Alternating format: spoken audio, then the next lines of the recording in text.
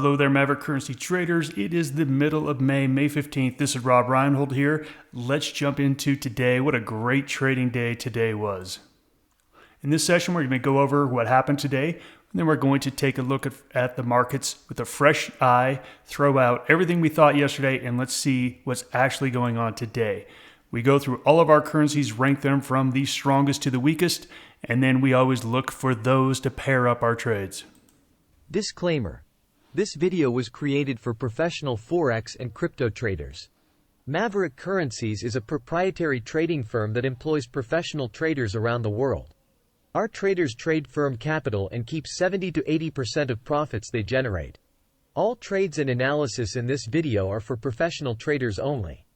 If you are interested in becoming a professional Forex and currency trader for Maverick, click the apply button in the video description.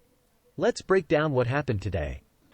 Today was the CPI day. So yesterday we got the PPI that was way hotter than expected. The market panicked for literally like 2 minutes and then spent the day going higher. Today we got the CPI came in slightly less than expected. Now look, that's all it took. Even if it came out as expected, the market was going to rally. Economic activity has come out and is really strong here. And as long as the inflation isn't too high, the Fed is simply going to stay where they are, which means that that's good, that people don't have to worry about higher interest rates in the future.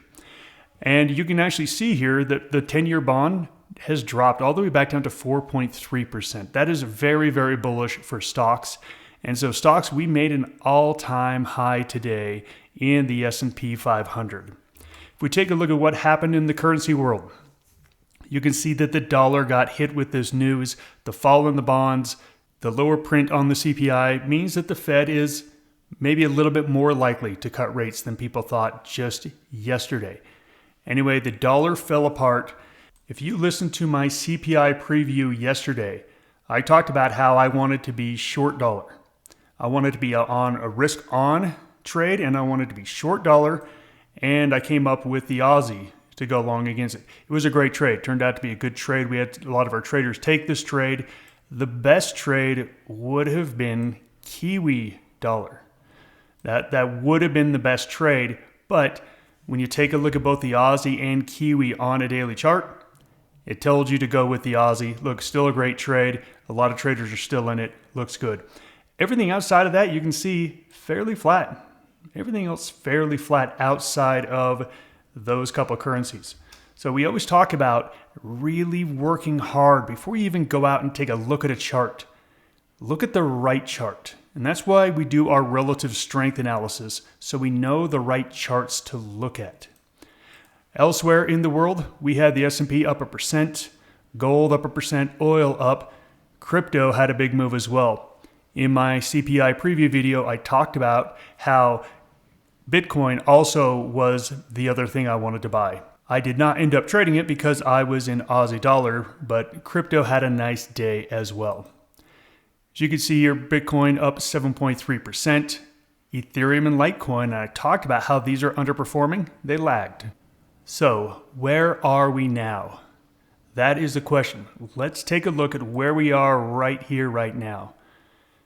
This is a +3. We have the SPX is above the 20-day moving average, above the 50-day moving average, and both of those lines are sloping higher.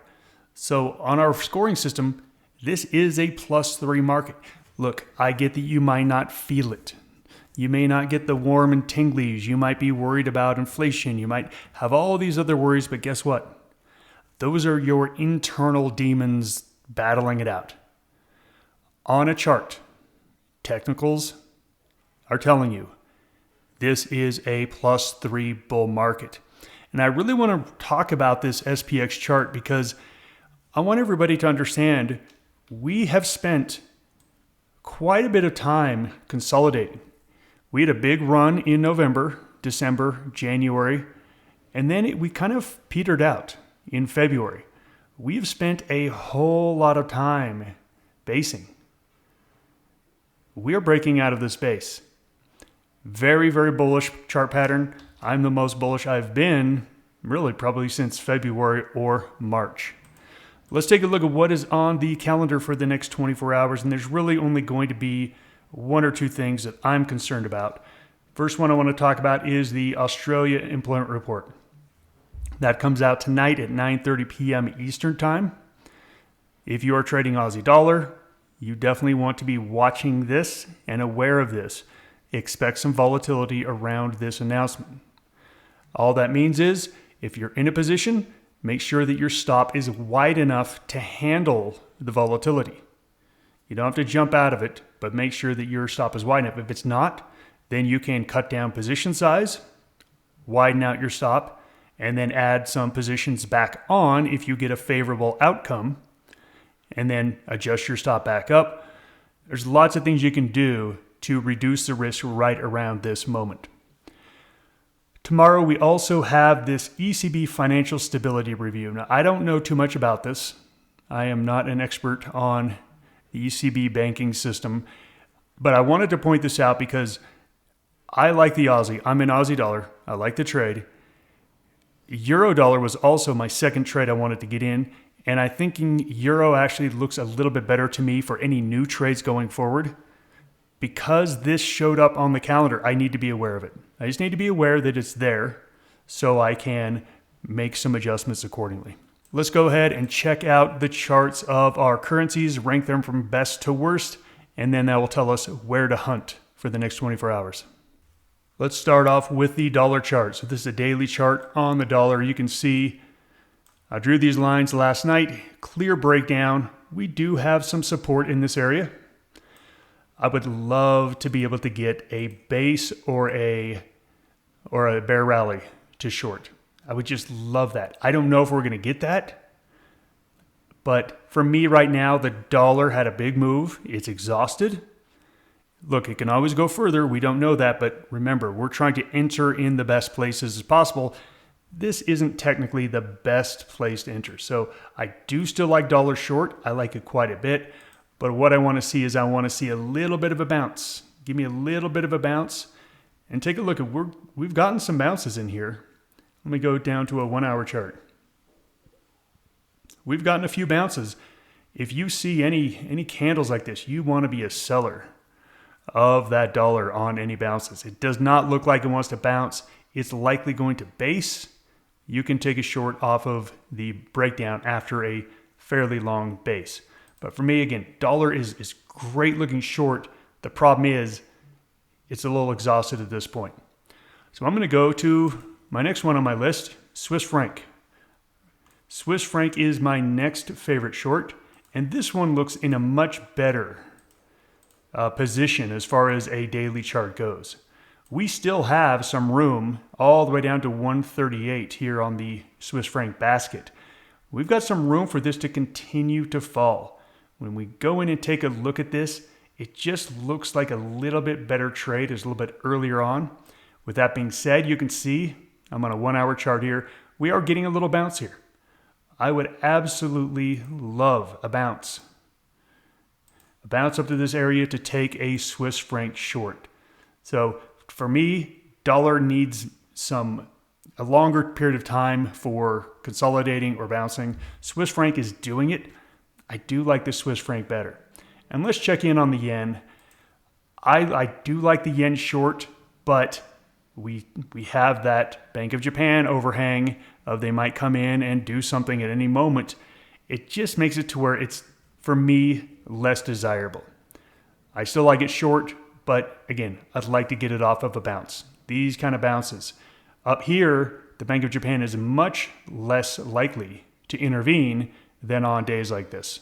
So a big bounce, I think you can get back short in the yen. Let's take a look at euro. Euro has been plugging away. It has been grinding higher on this long ascending triangle pattern. You can see we have been grinding. It looks like it's going to break out, falls back down. At some point, it's highly likely to have a breakout. When that is going to be, I don't know. Nobody knows. But what I do know, I really like trading these kind of patterns because I love to get a good cost basis. If we can get a pulled back down into this area, I'd love to be a buyer in this area because if it runs up and breaks out, I've got a great cost basis and it makes it a very comfortable trade to stay in while it races higher. It also gives you an opportunity to do some dollar cost averaging, to some pyramiding, to where you take a position here, and then if it breaks out again, you can take a double position, move up your stop, and then you can have a really great trade. I really like how this euro is setting up, but I don't know when the breakout is coming. I would love to get it off of a little bit deeper pullback. So for me, I really like this euro. It's just not quite there yet. There is going to be there's a big band of support resistance right in this area. We'll just have to wait and see. But euro is at the top of the list. Aussie, I really like the Aussie. Aussie on a daily chart. Nice breakout of its little triangle pattern that I pointed out last night. Aussie to me looks great to go. I'm waiting for euro to get going. Aussie is going right here, right now. It's looking great. So Aussie ready to go right now. Euro probably going to take a bit of time. And Kiwi, you know what? I'm going to go back to this daily chart because the daily chart is still telling me it's not all clear. I mean, take a look at the difference between the daily chart on the Kiwi versus the Aussie. It's just a better chart on the daily. Now, that doesn't mean that the Aussie is going to do better. I wouldn't be surprised if the Kiwi does better. But we trade the charts, we trade technicals, and it's telling us the Aussie is a better trade right here on a technical basis than the Kiwi is. Let's check in on CAD. CAD is going to follow the dollar. As you can see here, I'd much rather be short CAD, but I'm not looking to trade CAD or pound whatsoever. I'm completely uninterested in these two currencies. Completely uninterested. The only other thing I am interested in, and I pointed this out in the CPI preview, is Bitcoin. Bitcoin has been the outperformer in this little downturn here. It's really starting to look like it has made a turn. So whenever we have this big explosive move up, we are now looking for pullbacks and bases to enter. So pullbacks and bases. At this point, we're now saying we want to be long. It's just a matter of waiting for pullbacks. So we get a pullback to 64.8. 64.8 would be a great place to set. Well, probably under 65, I would start looking for, again, a pullback, a reversal candle, and then a confirmation candle telling you that, okay, we have more sellers than buyers. Sellers and buyers is reached an equilibrium, and now we've got more buyers and sellers. That's what we want to look for on these pullbacks. So Bitcoin needs a little bit more time to develop, but it really looks good. It looks like it has broken this little downtrend it's been in. And the downtrend has really been nothing more than a bear flag pattern. This is just a big run up, and then you get this really mild downtrend. When it breaks out of those, it can be a substantial run to the upside. Here is the currency board in play. At +3, we've got Aussie, Kiwi, and Bitcoin. At -3, we've got Swiss franc and dollar. Look, this is where we're going to look for our trades. Aussie dollar, I went over that last night, so we're going to be going over Aussie Swiss franc, and also we'll take a little closer at Bitcoin. Let's go find some possible entry points for a trade. Since the chart is still on Bitcoin, I'm going to get in here on Bitcoin. So we've broken out of this, again, bear flag line. We've broken out of this last resistance. What was resistance should become support. Again, 65,000. That's what I'm going to set an alert at, 65,000. I have no idea if it's going to get down there. It might be more of a base. We might easily just base here for the foreseeable future, which would be a great pattern because then we can just set a buy up above the breakout, and that will be good. So Bitcoin needs a little bit of time. I don't think this thing is ready to go yet. So let's take a look at Aussie Swiss franc. Let's check in on the daily chart. Daily chart just looks absolutely beautiful. Just a beautiful, beautiful looking chart.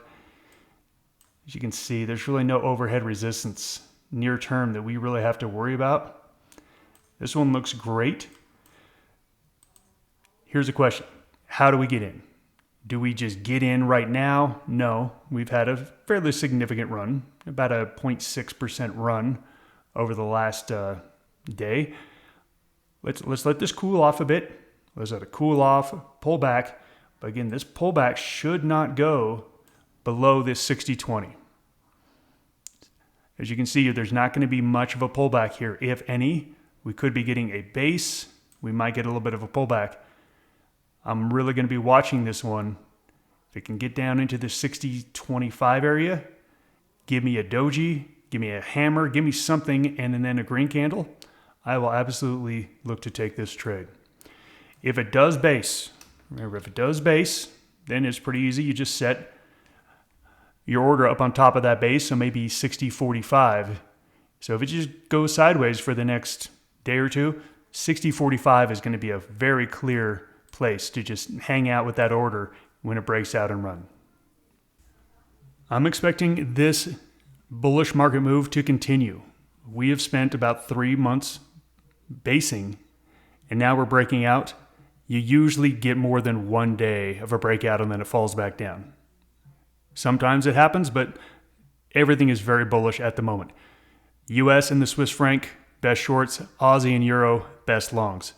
That is the currency recap. Thanks for joining me, everyone. Have a great day. Goodbye.